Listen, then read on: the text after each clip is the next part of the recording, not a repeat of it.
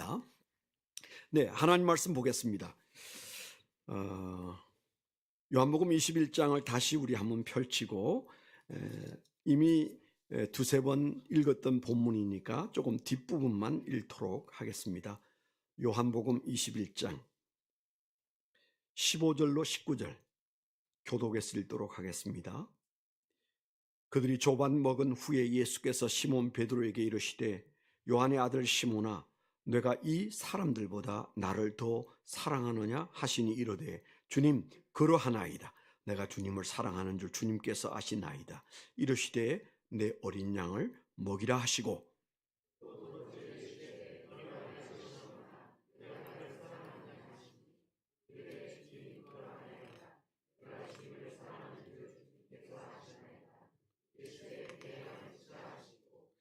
세 번째 이르시되 요한의 아들 시몬아 내가 나를 사랑하느냐 하시니 주께서 세 번째 내가 나를 사랑하느냐 하심으로 베드로가 근심하여 이르되 주님 오늘 모든 것을 아시오매 내가 주님을 사랑하는 줄을 주님께서 아시나이다.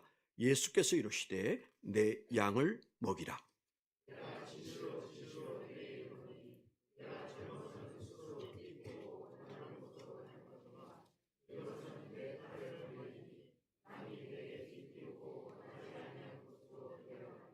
다 같이 이 말씀을 하시면 베드로가 어떠한 죽음으로 하나님께 영광을 돌릴 것을 가리키심이라. 이 말씀을 하시고 베드로에게 이르시되 나를 따르라 하시니 아멘. 아멘. 제가 지난 주일날 부활절을 맞으면서 제 마음속에 부활의 감격을 좀 더 우리가 오래 유지하기를 사모하면서 4번에 걸쳐서 부활절 설교를 해야 되겠다. 그런 마음을 먹었는데 지난번 주일날 부활절날 이 본문으로 설교를 한번 했고 수요일날 다 모인 건 아니지만 또 뭐 유튜브에 올리지도 않았습니다만은 제가 약 40몇 분에 걸쳐서 긴 설교를 했고 오늘 그 세 번째에 해당하는 부활절 설교를 하고 다가오는 수요일날 부활절 설교 4번째 설교를 좀 하리라 그런 생각을 가지고 있습니다. 오늘 제목은 지난 수요일날 제목처럼 예수님 갈릴리로 왕진 가시다. 약간 이상한 제목인데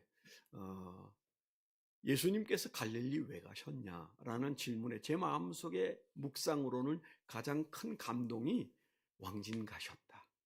여러분 왕진이 뭡니까? 지금은 왕진 없습니다. 아주 갑부가 아니면 절대 의사가 왕진 안 가요. 그래서 옛날에는 자주 왕진을 다니는 의사들이 있었지 않습니까? 이렇게 그 의료 가방을 들고 그리고 환자를 찾아가는 그런 의료 행위가 요즘은 사라져서 좀 아쉽습니다만은 왕진이란 치료하기 위하여 찾아간다 그런 뜻이잖아요. 예수님께서 갈릴리 왜 가셨느냐? 우리가 여러 가지로 해석할 수 있지만 그러나 제 마음은 주님이 가신 것은 4가지 치료를 위해서 가셨다. 4가지 치료를 위해서 가셨다. 주님은 치료를 목적으로 가셨구나. 이제 그런 마음을 제가 가지게 돼서 4가지 치료를 얘기를 좀 할 겁니다. 어제 어떤 분이 저를 찾아와서 그 충격적인 얘기를 했어요. 목사님, 아직도 아름다운 교회가 치유와 회복이 필요한 데인데 목사님, 치료와 회복에 필요한 성경 구절 한 40개 정도만 좀 찾아주십시오. 그랬는데 이건 엄청난 숙제예요. 미사 체포를 하고 제가 요즘 약간 당황하는 것은 교인들의 간이 커져가지고 저한테 요구가 많아요. 이래라 저래라. 그거 내가 해야 되는 거 아니에요? 옛날에 내가 했던 것 같은데. 근데 지금은 그냥 저는 가만히 있고 저한테 와서 이래라 저래라 하는 분들이 많으세요. 아주 좋은 일입니다. 그래서 제가 고민이 탁 됐지만 성령의 감동이 있었어요. 그래서 제가 몇 시간 가만 생각을 해보니까 정말 이 심각하다는 것을 내만 느끼는 게 아니구나. 그래서 그분의 얘기는 하루에 한 구절씩 묵상할 수 있도록 4구절, 49절, 40일 묵상하는 게 어떠냐 그래서 그걸 붙들고 좀 묵상하는 중에 제 마음속에 40일 특세를 유튜브로 해야 되겠다. 그런 마음이 들었어요. 여러분 새벽기도 나오라면 그저 한 5명 나올 테니까 그래서 제가 유튜브로 새벽기도를 40일 동안 옛날 우리가 40일 그 특세를 한 적이 있잖아요. 뭐죠? 그게 목적이 이끄는 삶 기억하시네 아직도. 얼마 전에도 어떤 분이 좋았다는 얘기를 하더라고요. 그래서 그런 것처럼 좀 여러분 여건이 될 때 유튜브 열어보면 되는데 아침 시간 뭐 7시면 7시, 6시면 6시에 올려서 여러분들이 함께 하도록 할 텐데 그때 제가 하려고 하는 그 40일 동안의 치유와 회복을 위한 중요한 묵상 49절이 이 4가지와 연결해서 하겠습니다. 예수님이 왕진 가셔서 그들에게 갈릴리에서 하신 치료가 뭐냐? 4가지 치료가 있었다. 이건 제가 이제 기도하면서 주님께서 보여주신 건데 그것과 연결을 해서 해야 되겠다. 이제 그런 마음을 가졌습니다. 오늘은 그 4가지 윤곽을 우리가 한번 다시 살펴보는 건데요. 그 4가지 치료 중에 지난 주일날은 그들에게 어떤 도전을 주셨어요. 찾아가신 가장 큰 이유는 그들에게 부활은 보았는데 부활은 믿는데 그건 예수의 부활을 믿는 것이지 그 예수 부활이 내게 아무런 영향을 끼치지 못하는 신앙. 예수님 만나기도 하고 만져보기도 하고 그리고 예수님과 함께 식사도 했는데 그런데 그들은 예수님이 계신 예루살렘을 떠나서 갈릴리로 갔고 예수님은 그 뒤를 따라서 갈릴리까지 쫓아오시는 참 이상한 일이 계속 일어나는 그 현장을 예수님은 무엇을 하셨는가로 물은다면 예수님은 그들을 치료하기 위해서 가셨는데 가장 큰 치료는 그들 안에 부활은 믿으나 부활 신앙은 아직 갖추어지지 않았다는 겁니다. 성경에 있는 예수님의 부활을 믿습니다. 그런데 여러분에게 그 부활이 아무런 생활에 영향을 끼치지 못합니까? 여러분의 결정에 아무런 영향을 못 줍니까? 여러분의 미래에 대한 설정에 있어서 그것이 별로 영향을 못 줍니까? 여러분의 자녀의 미래를 위해서 여러분이 고민할 때 그 부활이 영향을 끼치지 않아요? 여러분이 암에 걸렸을 때, 질병에 걸렸을 때 이 부활이 작동하지 않습니까? 그러면 우리 안에 부활은 믿으나 부활의 신앙은 없는 거죠. 그것을 무슨 치료라고 말할 수 있겠느냐? 부활 영성 치료다. 이렇게 기억하시면 좋겠어요. 더 짧게 말하면 그냥 3단어는 너무 어려워요. 그런 분들은 영성 치료라고 기억하셔도 돼요. 네, 부활 영성 치료를 하셨다. 그렇게 생각하시면 맞습니다. 우리가 영성을 가지고 예수를 믿어요. 영혼이 잘됨 같이 범사가 잘되고 강건하기를 요한 사도가 기도한다고 그랬는데 요 3가지는 정말 중요한 것이에요. 우리 신앙. 지금 2000년이 지난 지금도 우선순위가 뭐예요? 우리가 강건하고 범사가 잘 되면 신앙생활 잘할 수 있잖아요. 이게 우리 마음에 깔려있는 생각이에요. 뭐니 해도 돈이 있어야 교회에서도 행세하고 학력이 있어야 교회에서 대접받고 실력이 있어야 교회에서 사람 대접받지. 여러분 그거 아주 나쁜 생각입니다. 그거 좋은 신앙 아니에요. 그런 마음을 가지고 있으니까 작은 일에도 마음이 넘어져서 시험 드는 거예요. 그거는 주님의 마음이 아닙니다. 교회는요, 누가 무슨 말을 하고 누가 못된 짓을 해도 우리 마음속에 영혼이 잘 되는 것이 첫째다. 그게 잘 돼야 그 다음에 강건해지고 범사도 잘 되는 것이다. 강건이나 범사에 잘 되는 형통은 무엇으로부터 출발한다? 영성 치료가 된 때로부터 출발한다는 사실을 우리가 절대 잊어버리면 안 돼. 그런 측면에서 예수님이 제일 시급하게 생각하신 것이 영성 치료예요. 다시 말한다면 부활 영성 치료를 하신 거예요. 이게 가장 먼저 급선무고 그 다음에 우리가 따라오는 것들을 훈련을 통해서 만들어간다. 그렇게 믿으셔야 해요. 그래서 사실 우리 신앙을 가만 돌아보면 예수님의 관점에서 보면 부활이면 충분하고 부활이면 넉넉한 거잖아요. 그런데 사실 우리가 부활 신앙을 어떻게 도모해야 되는가? 다음에 우리가 그 얘기를 좀 진지하게 많이 할 겁니다만은, 우리가 부활, 그럼 신앙, 부활 믿는 것까지는 나도 있는데, 그런데 목사님이 말하는 그 부활 신앙으로 내 안에서 내 삶에 작동하는 부활, 예수 부활, 내 부활, 예수님이 부활하셨습니다. 또한 나도 그게 내 안에서 작동하는 신앙이 부활 신앙이라면 도대체 어떻게 거기에까지 갈 수 있겠는가? 이건 우리가 좀 많이 얘기하고 실험해야 돼. 오늘 우리가 그 얘기를 하고자 하는 것은 아닙니다. 그러나 분명한 것 하나 있어요. 그거는 능력 체험을 해야 돼요. 능력 체험을 해야 돼요. 신앙에는 능력 체험이 아주 중요합니다. 영적인 능력 체험을 하면 부활 믿어진다니까요. 근데 대부분 그거 없어도 여러분 방언을 못해도 괜찮아요. 예언 못해도 괜찮아요. 신유, 남의 병을 고쳐주는 신유 능력 없어도 괜찮아요. 그러나 적어도 땅의 것이 아닌 하늘의 것으로 여러분들이 체험되는 신앙을 하셔야 돼요.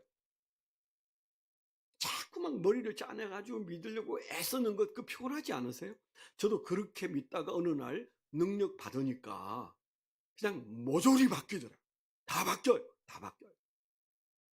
신앙의 걸음걸이가 틀려요. 또 무조건 그 능력만 강조하는 사람들도 있는데, 그러나 우리가 이 능력을 어느 정도는 겸비해. 어떤 분이 이단들에 대해서 또 이설주의자들에 대해서 목사님 좀 수요일날 설교 좀 하시면 좋겠습니다. 그래서 하겠다고 그랬어요. 여러분 JMS가 요즘 뭐 전세적으로 유명합니다. 근데 여러분, 아니 그 팔팔한 젊은 대학생들이, 그것도 한국인도 아니고 홍콩 학생들까지도 그에게 매료돼 가지고 돈 바치고 자기 은사도 바치고 몸도 바치는 그런 일들이 한두 건이 아닙니다. 어마어마한 사람들이 그렇게 되는 이유는 그에게 뭐가 있었을까요? 능력이 있었어요. 호천 할렐루야 기도원, 왜 사람들이 그렇게 몰려가서 집을 팔아서 헌금을 할까요? 능력이 있어서 그래요. 아직 우리 중에는 집 판 사람이 없습니다. 그렇죠? 솔직히 믿음이 없어서 못 팔았을까요? 아니에요. 능력이 안 보여서 안 파는 거예요. 네. 아유, 야, 이 교회가 나 살리겠다. 그러면 뭐든 팔려면 다 팔 거예요. 안 그래요? 나 솔직히 창피하지만 그거 고백적으로 말하는 겁니다. 나 아직까지 우리 교회 내 평생에 집 팔아서 예수 믿는 사람 못 봤어요. 그런데 왜 그렇게 안 될까요? 이유는 간단합니다. 우리 교회에서 와보라 해놓고 집할 만큼 굉장한 능력을 보여준 사람이 없어. 누구 죄가 제일 클까요? 제 죄가 제일 커요. 그 다음에 목자 죄가 커요. 목자가 왜 시끄러운데, 왜 목장이 잘 안 돌아가는데, 와보라고 해놓고 밥만 먹여. 네. 뭐 그것도 대단하죠. 그 밥 뭐 요즘 가난하지 않아요. 일본은 가난해서 대학생들이 두 끼 먹는 대학생이 없습니다. 그런데 제가 엊그제 보니까 요 앞에 1,000원짜리 밥 계속 2배로 대접하겠습니다. 어떤 정치인이 써붙여놨어. 이야, 내가 10여 년 전에 일본 선교 가서 본 그 현상이 여기 나타났구나. 1,000원짜리 밥을 2배로 하겠습니다. 나 표 찍어주세요. 그런 프랭카드가 여기저기 붙어 있다니까요. 무슨 얘기입니까? 아유, 우리가 점점 가난해지나 보다. 그런데 실제로는 우리가 잘 살아요. 그런, 아직까지는. 내일은 몰라도. 그래서 우리는 밥만 먹어서는 안 된다는 거예요. 목장에서 뭘 봐야 돼요? 와보라 했으면 하늘의 신비가 보여요. 그러면 목자 된 여러분, 집사 된 여러분, 목사 된 저 같은 사람도 와보라 했으면 능력이 이곳에 있음이 드러나야 돼. 부활신앙은 우리 안에서 능력이 나타나고 내가 능력을 체험하면 되는 겁니다. 능력 맛을 보면 달라진다고요. 여러분 각자가 부활신앙을 갖기 위해서 능력의 맛을 보게 되기를 축원합니다. 두 번째 치료가 있어요. 예수님께서 왜 왕진하셨는가? 갈릴리 오셔서 치료를 목적으로 오신 두 번째 이유는 뭐라고 그랬어요? 용서치료입니다. 용서치료. 첫 번째는 영성치료, 두 번째는 용서치료. 자, 우리가 영이 잘 돼야 되지만 그 다음에 두 번째는 뭐예요? 마음이 편안해야 돼. 마음이 잘 돼야 돼. 우리 마음을 시끄럽게 하는 이론은 뭐예요? 용서 문제예요. 용서받아야 되는데 입을 닫고 용서받지 못하고 살아가거나, 용서해야 되는데 용서 안 해주고 살아가거나, 이 용서 문제가 왔다 갔다 하면서 우리의 삶을 시끄럽게 합니다. 1만 달란트 빚진 자가 용서 빌 일만 있었을까요? 아닙니다. 그도 용서받아낼 일이 있었잖아요. 옳다구나. 내 눈앞에 보이는 100데나리온 빚진 자, 그 사람 만나서 용서 안 해주다가 나중에 다 거들하잖아요. 누가 한 얘기예요? 예수님이 하신 얘기예요. 그러니까 어떻단 얘기예요? 용서 문제 그냥 지나가면 너 인생 안 풀린다, 그 얘기잖아. 아멘? 예, 용서 문제 치료 안 받아도 되는 사람만 조시면 돼요. 한 분 조시는데 그분은 그 문제 별로 없는 것 같아. 네. 용서 치료, 어려워요. 어려워요. 베드로가 왜 갈릴리 가 있습니까? 지금 용서 문제가 걸려 있어요. 마음이 복잡해요. 예수님이 그토록 예언하셨건만 그는 보기 좋게 예수님을 배반하여 3번씩 부인했던 사람이고, 그리고 그 예수 그리스도 앞에 제일 잘난 척 했는데 지금은 면목이 없어서 예수님이 계신 예루살렘에 더는 있을 수가 없었어요. 에덴 동산에 아담과 하와가 쫓겨난 건 사실이지만 그들은 내게 간 강 같은 평화 노래 부르면서 나갔을 거예요. 예? 하나님 없는 세상이 내게 강 같은 평화요. 여러분, 예수 믿는 사람들이 하나님하고 사이가 안 좋으면 너무 힘들어요. 그래서 제가 늘 그런 얘기 했잖아요. 앞에 은혜 있을 때 앞에 앉았다가 중간으로 갔다가 맨 뒤로 갔다가 그리고는 어느 날 사라진다고. 제가 옛날 사역할 때는 중층에 앉았다가 사라진다고 그랬더니 그 주중에 누가 찾아와. 목사님 왜 제 얘기 하셨어요? 예, 그랬더니 목사님이 얘기하셨잖아요. 앞에 앉았다가 중간에 앉았다가 뒤에 앉았다가 중층에 가고 그 어느 날부터 안 보인다고. 제가 중층에 앉았더니 목사님이 그 얘기 하셨잖아요. 그 수백 명 앉아 있는데 누구 들으라고. 그것도 뭐 교회 중요한 역할을 하는 분도 아닌데. 아니다. 그게 그냥 설교의 메인으로 깔려있는 공통적인 일이기 때문에 얘기했지. 당신 그렇게 창피해 주려고 한 거 아니다. 이해하라. 그랬더니 이해는 하지만 자기 마음속에 불편한 게 많대요. 가더니 진짜 한 달 안에 사라졌어요. 어디에 가서 신앙생활 하는지 몰라요. 한때는 정말 아멘도 제일 크게 하고 그냥 눈물을 줄줄 흘리고 다니던 분인데 중층에 올라가는 것은 그분의 문제지만 우리 안에 용서 문제가, 인간관계에서 용서 문제가 깔려 있으면 이거 우리를 그냥 에너지를 막 죽이는 거예요. 치료받아야 되니까 그는 치료받기보다는 도피해서 나 이 골치 아파, 마음이 힘들어. 그래서 그냥 도피해서 갈릴리로 갔는데, 근데 용서해 주셔야 하고 용서를 받아야 할 예수님이 날아가셨다고. 그래서 그를 치료하는 모습을 보여주셨지 않습니까? 무슨 얘기일까요? 예수님은 그에게 있어서 중요한 두 번째 치료, 용서 문제를 해결받고 나이스한 삶을 살게 하기 위하여 찾아가셨어요. 용서는, 가장 좋은 용서는 용서받을 자가 비는 것이 아니라 용서해야 할 사람이 찾아가는 것입니다. 물론 그 의지적 노력 없이는 안 되고 감정은 한참 뒤에 따라온다고 말씀을 드렸죠. 감정을 앞세우면 절대 못합니다. 감정에 솔직하십시오만은, 그러나 감정대로 살면 안 됩니다. 내 감정은 여기 있지만 하나님은 나를 의지적으로 결단하라고 하시네. 그래서 우리가 이 하나님의 뜻을 받아들일 때 우리는 어느 날 용서 문제가 해결될 수 있다는 사실. 이 용서라는 병, 이거 누구에게나 다 있습니다. 가정 안에서, 직장 안에서, 교회 안에서, 또 여러분의 라이프 히스토리, 과거의 라이프 히스토리가 여러분을 흔들고 있어요. 사람에게 가장 많은 영향을 주는 것은 현재가 아니에요. 심리적으로. 사람에게 가장 많이 영향을 주는 것은 현재가 아닙니다. 과거입니다. 과거. 제가 70년을 살았으면 제 뒤에 70년이 있어요. 어떤 심리학자들은 뭘 끄집어냅니까? 내가 태 속에 있을 때, 그 태교하고 있을 때 엄마와 아빠와 주변 사람들이 무슨 말을 하고 어떻게 행동했는지가 끊임없이 그 사람에게 작용해서 불행하게 만든다고 말하기까지 합니다.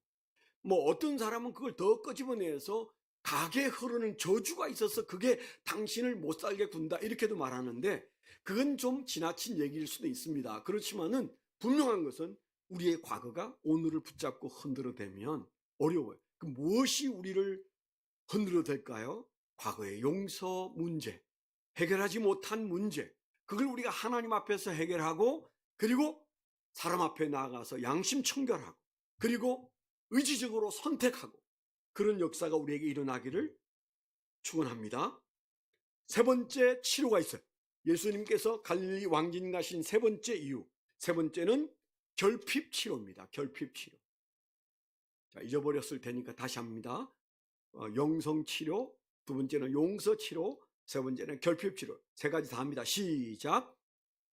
치료, 결핍 치료. 네. 세 번째는 결핍 치료를 위해서 예수님께서는 예루살렘에 계셔야 하는데 갈릴리까지 가셨어요. 그것도 베드로를 위시한 7사람을 위해서 찾아가셨는데 아닙니다. 7명을 위한 것 같지만은 실제로는 예수님은 오늘 여기 앉아있는 저와 여러분을 위해서 그 일을 행하셔서 우리 눈에 또렷이 보게 하시고 잃게 하신 거예요. 그러면 도대체 예수님께서 치료하신 세 번째 치료가 결핍이라는 게 뭐냐? 결핍이라는 게. 여러분, 그들이 지금 왜 거기에 있습니까? 왜 지금 물고기 잡고 있어요? 제가 지난주에도 말씀을 드렸잖아요. 먹고는 살아야지. 다 우리가 공감합니다. 공감하면 아멘 하세요. 앞에 사람들이 믿음도 좋고 믿음도 나빠. 네. 아멘을 잘하는데 먹고 사는 얘기에 대해서도 뒤에는 가만 보고 있고 앞에는 아멘 하시네요. 여러분, 이거 믿음 좋은 거예요. 사실은 먹고 사는 문제를 도외시하면 절대 안 됩니다. 여러분 시간을 다 거기에 쏟아붓고 있잖아요. 그런데 그 문제가 왜 작은 문제입니까? 그 문제 그냥 우리가 신경 안 써도 되려면 아침마다 만나처럼 주님께서 돈을 우리 집 앞에 쏟아놔야 돼. 원하는 거지만. 여러분 길에서 돈 주워 보셨어요? 주워 봤대요. 네. 100만 원 주워 보신 분 없으시죠? 잃어본 적은 있는데 저도 돈 주워 본 기억이 극히 없어요. 그런데 그 만나처럼 그렇게 늘 아침마다 떨어지면 우리 신앙을 훨씬 더 잘 살 수 있을 것 같지 않습니까? 그런데 아니에요. 실제로 우리가 사는 현실은 우리 신앙에 딱 맞습니다. 내일은 몰라요. 오늘 우리가 결핍 때문에 힘들어하고 무릎 꿇는 이것 딱 우리 처지에 우리 신앙에 맞습니다. 그 결핍 때문에 우리가 지금 여기에 와서 앉아 있다고 해도 과언이 아니에요. 그러니까 우리 결핍의 문제는 우리의 신앙을 여기까지 오게 한 하나님의 도구일 수도 있고, 그리고 이 결핍은 앞으로 우리가 하나님 앞에 무진장한 복을 받을 수 있도록 우리를 이끄시는 하나님의 계획이 그 안에 있을 수도 있어요. 그러니까 소홀히 여기면 안 됩니다. 먹고 사는 문제 간단하지 않아요. 하나님과 분리시키지만 않으면 이 문제는 굉장히 큰 문제고 중요한 문제입니다. 그래서 우리가 예배 시간에 굳이 매미채를 돌리면서 헌금 넣나 안 넣나 보는 이유가, 많은 분들이 저에게 지난 40년 동안 건의했어요. 연말 안케이트 마다 그거 제발 그만하고요, 통에다가 스스로 넣게 오게 하지 왜 매미채를 한결같이 돌리냐. 네. 여러 가지 이유가 있지만 가장 큰 이유는 그럴 때마다 자극받으라고. 내가 이거 내야 돼? 파란 거 내야 돼? 아니면 빨간 거 내야 돼? 여러분들이 고민하면서, 그리고 얼마를 내야 돼? 이런 고민하는 거, 이거 아주 신앙적인 겁니다. 무조건 많이 내라. 일단 내놓고 하나님께 기다려봐라. 이런 얘기 좋은 얘기 아니에요. 그건 돈 걷어 가려고 하는 나쁜 목사가 하는 말이라고 나는 생각합니다. 그러나 여러분들이 묵직한 헌금을 송금하기를 바라는 마음도 제 안에 있어요. 제가 한 푼도 교회에서 돈 받아가지 않지만, 네, 여러분하고 똑같이 저도 지금은 돈 내고 예수 믿습니다. 여러분 돈 내고 예수 믿잖아. 저는 얼마 전까지만 해도 돈 받고 예수 믿었잖아요. 그러면서 막 여러분 야단치는 건 좀 웃기는 거죠. 잘 믿으라고. 그런데 실제로 저는 저를 위해서도 아니고 우리 교회 성공을 위해서도 아니고 정말 그건 신앙이기 때문에 더 즐겁게, 더 많이, 더 자주 주님에게 드리고 싶은 거, 그게 제가 여러분을 훈련해야 할 선생의 역할이에요.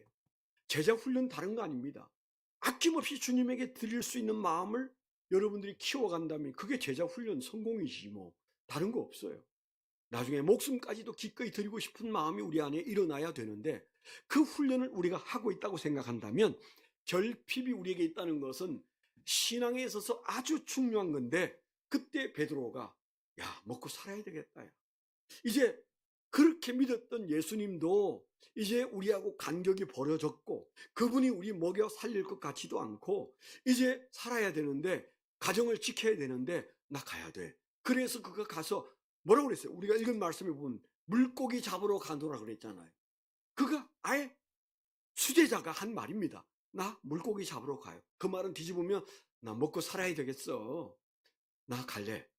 고기 잡으러 갈래. 그래서 갔잖아요. 그때 말은 안 했지만 6명이 따라갔어요. 그러면 다라는 말이 모든 예수의 제자가 먹고 사는 문제 앞에 정직하게 직면하고 있습니다. 그들이 뭘 느끼고 있다고요? 결핍을 느끼고 있다고요. 예수님께서 그게 세속적인 얘기고 그게 정말 예수님하고 아무 상관이 없고 우리 신앙과 상관이 없다면 물고기 잡는 얘기 다시 안 꺼냈을 거예요. 다 올라와! 열중시여 차리엇 그랬을 거 아니에요. 그런데 물고기 잡았냐? 물어보시고 배 오른편에 던지라 말씀하시고 그 다음에 그들이 153마리를 잡은 것은 주님이 지금 그들의 마음을 너무 잘 알고 치료하고 있는 겁니다. 제발 여러분이 뜬금없는 신앙 버리세요. 종교 중독자 되면 안 된다는 말씀을 드렸잖아요. 먹고 사는 문제 가지고 울면서 기도할 줄 알아야 돼요. 그 문제 해결해 달라고 주님 앞에 얘기해야 돼.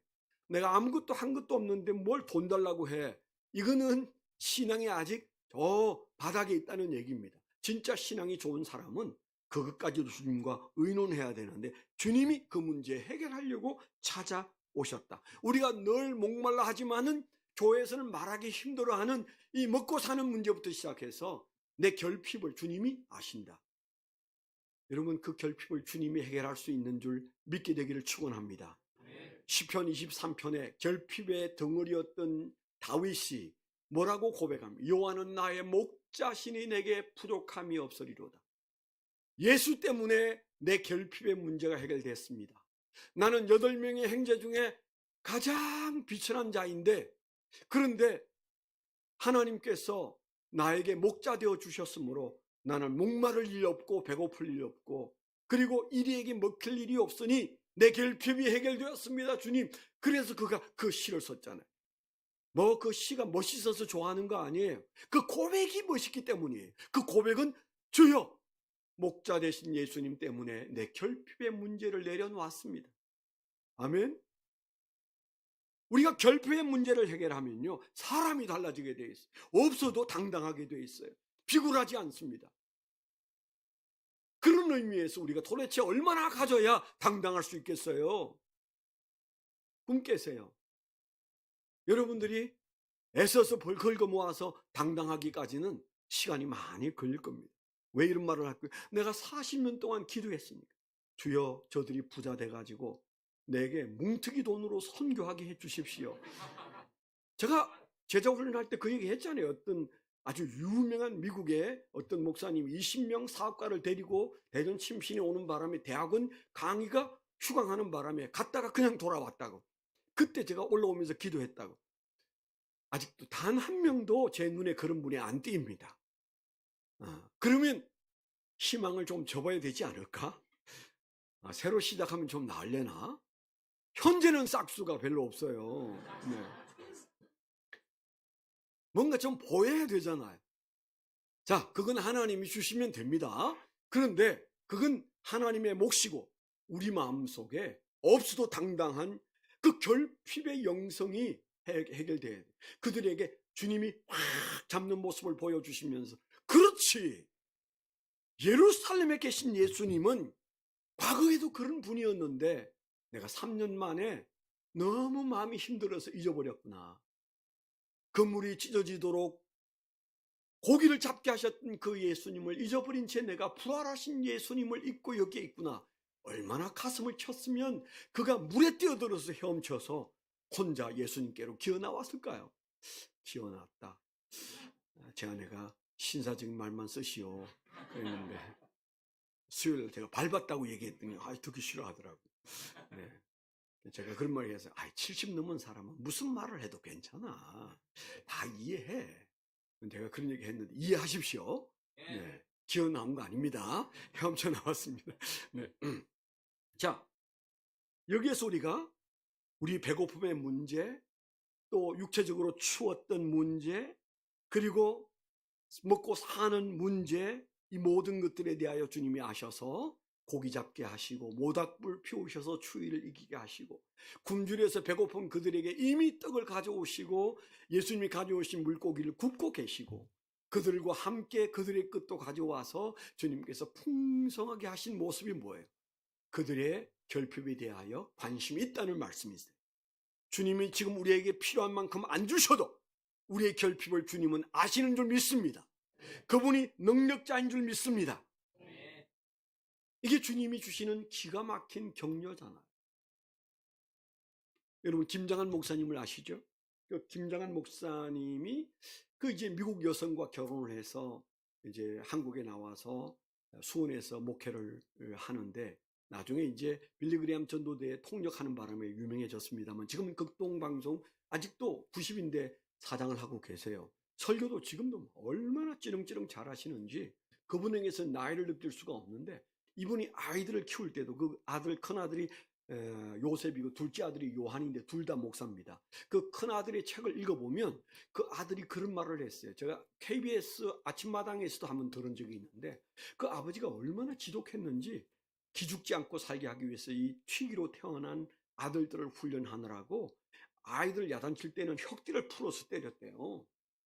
지금 같으면 아동학대입니다. 그리고 어느 날 자기가 거짓말을 했더니 아버지가 너 거짓말했지? 내 자식 아니라고 그랬지? 차에 타. 차에 태우고 고아원에 가서 버려버렸어. 그리고 차를 돌려서 나가니까 막 쫓아와서 아버지 차에 매달렸는데도 내버려 두고 가버렸대. 그런 아버지 밑에서 자랐는데 어느 날 미국 여행을 하는데 자다가 깨보니까 아버지가 없는데 보니까 화장실에 문이 조금 열렸는데 거기에서 무슨 소리가 나서 보니까 그 화장실 변기를 닫아놓고 거기에 손을 얹고 자기를 위해서 기도하고 있는 아버지 기도 소리를 들으면서 마음이 녹아져. 원망스러운 아버지가 아니라 어마어마한 격려를 받은 거예요. 그리고 이제 그 아이가 그러기 전 4학년 때 미국으로 유학을 갔는데 엄마가 미국 사람이지만 영어를 하나도 못했대요. 그래서 미국 가서 이제 4학년 편입이 됐는데 너무너무 스트레스가 많았대. 근데 어느 날 이제 간지 얼마 안 돼서 수업을 하는데 이제 선생님이 발음을 하면 스펠링을 대는 시간이었는데 스프링 하면 SPRING 뭐 이렇게 이제 하는데 자기 바로 앞에 아이가 뉴스페이퍼 그러니까 대답을 하는데 저거 나한테 물었으면 난 대답 못한다. 그래가지고 막 쫄아 있는데 딱 자기하고 눈이 마주치더니 그 선생님이 요셉 앞으로 나와 그랬대요. 여기 우리 반에 들어온 요셉은 부모님이 선교사님인데 한국말을 너무너무 잘하는 아이라고 그렇게 칭찬하면서 요셉 혹시 너 내 이름이 샤프인데 내 이름 한국말로 쓸 수 있어? 그렇게 물은 거예요. 그러니까 얘가 나가서 샤프라고 탁 하니까 아이들이 막 박수를 쳤대요. 웬 이집트 상형 문자를 보는 것처럼 이야 저렇게 쓰는 거야? 샤프가 저거야? 그러면서 아이들이 막 놀라는데 오 훌륭하다고 선생님이 어떻게 너는 그렇게 한국말을 능통하게 하느냐고 박수치자고 그래. 박수치는데 격려를 받은 거예요. 자기 안에 있는 결핍이 해결된 거예요. 쉬는 시간부터 이 아이는 모든 아이들이 매달려서 내 이름 써줘. 내 이름 써줘. 존 뭐 써주고 피터 써주고 전교 학생들이 자기를 만나면 한국말로 이름 써달라고 공책을 들고 오는 바람에 유명인이 되고 자기가 영어를 못한다는 사실이 하나도 부끄럽지 않고 못하지만 결핍이 채워지는 모습을 느꼈다잖아요. 그래서 자기가 그 선생님을 평생 잊지 못한다. 바로 예수님이 지금 그들에게 뭐하고 있냐? 지금 돈벌이 할 때냐? 그렇게 하신 게 아니에요. 나 너의 결핍을 아노라. 너의 추위를 아노라. 너의 배고픔을 아노라. 그래서 주님께서 우리에게 주신 말씀이 뭐예요? 빌립보서 4장 19절에도 하나님은 능력하시고 너희 모든 쓸 것을 채우시리라. 아멘. 우리 안에 이 치료가 일어나기를 축원합니다. 세 번째 치료. 세 번째부터는 조금 줄여야 되는데 네 번째는 수요일 저녁에 하겠어요. 시간이 많이 가서 세 번째 치료. 했네. 네 번째. 요게 딱 2% 모자라는 나이입니다. 네 번째 왕진 오신 목적은 가치 치료입니다. 가치 치료. 아주 중요한 얘기가 돼요. 가치 치료. 사람은요, 밥 먹고 사는 것 같지만 실제로 보면 자존감으로 살아요. 아니 우리 식으로 말하면 좀 다른 얘기지만 자존심으로 살아요. 자존심이 꺾이면 그냥 죽으려고 해. 왜 사춘기의 젊은 학생들이 그 하찮은 공부 때문에 자살합니까? 공부 못해서 자살하는 게 아니에요. 그 공부 문제가 자기의 자존심을 꺾어버리니까 살 가치를 못 느끼는 거예요. 그러니까 가치감이 바닥이 되는 겁니다. 우리가 부모가 놓치는 문제예요. 공부 못해도 여러분 자식이 씩씩하게 사는 거 원하잖아요. 네. 잘해서 자랑은 되지만 못해도 죽는 것보다는 그 자식이 잘 사는 거 원합니다. 아멘? 네. 솔직히 공부 잘한 자식은 효도 안 해요. 공부 못한 그게 나중에 차도 사오고 고기도 사주고 그렇습니다. 왜냐하면 공부 잘하는 인간은 나중에 지일이 바빠가지고 정신없고 또 지가 똑똑해서 잘하는 줄 알아요. 그래서요, 제발 우리가 효도에 관한 이해를 달리 하셔야 돼요. 그래서 나중에 이제 우리가 특세할 때 이 얘기를 좀 더 많이 할 거예요. 결론은 뭔가 하면 사람은 밥 먹고 사는 게 아니고 자존감으로 산다. 우리말로 한다면 자존심으로 산다. 이거 아무리 지우려고 해도 지워지지 않아요. 여러분, 정신병자나 그 다음에 이 지능이 뚝 떨어지는 사람은 자살 안 합니다. 아무개 그 사람은 자기 지능이 너무 떨어져서 자살했더라. 보신 적 있으세요? 없어요. 왜? 그 사람에게는 자존감이 없어요. 자존심 그런 거 영향을 안 줍니다. 그런데 하나님 우리 안에 자존감을 불어넣어 주셨어요. 인간에게만 있습니다. 왜 자존감을 불어넣어 주셨을까요? 하나님의 형상대로 만들었으니까. 그러니까 무조건 우리는 자존감을 일으켜야 돼. 돈 없어도 돼. 건강 안 좋아도 돼. 자식이 잘 안 돼도 괜찮아요. 여러분, 자존감만 살리면 됩니다. 아멘? 이거 꼭 중요합니다. 자존감만 살려놓으면 돼요.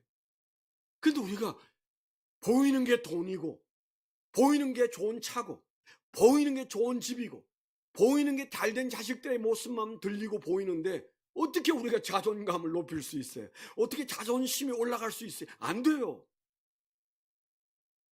그건 딱 한 길밖에 없어요. 하나님이 주셔야 됩니다. 아멘? 하나님이 너 내게 귀한 존재야. 내가 너를 사랑해. 예수님이 자존감이 땅에 떨어져서 고기 잡는 것에 자기를 딱 갖다가 붙인 3년 전으로 돌아갔어요. 나 다 소용없어. 먹고 살아야 돼. 그래서 그가 이제 그 그물을 던지는 일을 그 밤새 하고 난 다음에 주님이 찾아오셔서 그의 마음을 치료해 주시면서 마지막 하신 일이 뭐예요? 베드로야, 너가 이 사람들보다 나를 더 사랑하냐? 그렇게 물으셨어. 그런데 그 의중을 잘 읽으면 베드로야, 내가 마지막으로 딱 하나만 너에게 말하고 싶다. 너가 그래도 나를 사랑하지 않냐? 그 얘기예요. 여기 시비 걸면 안 돼요. 이 사람들보다 이게 무슨 뜻이냐 이래가지고 막 시비 걸지 마요.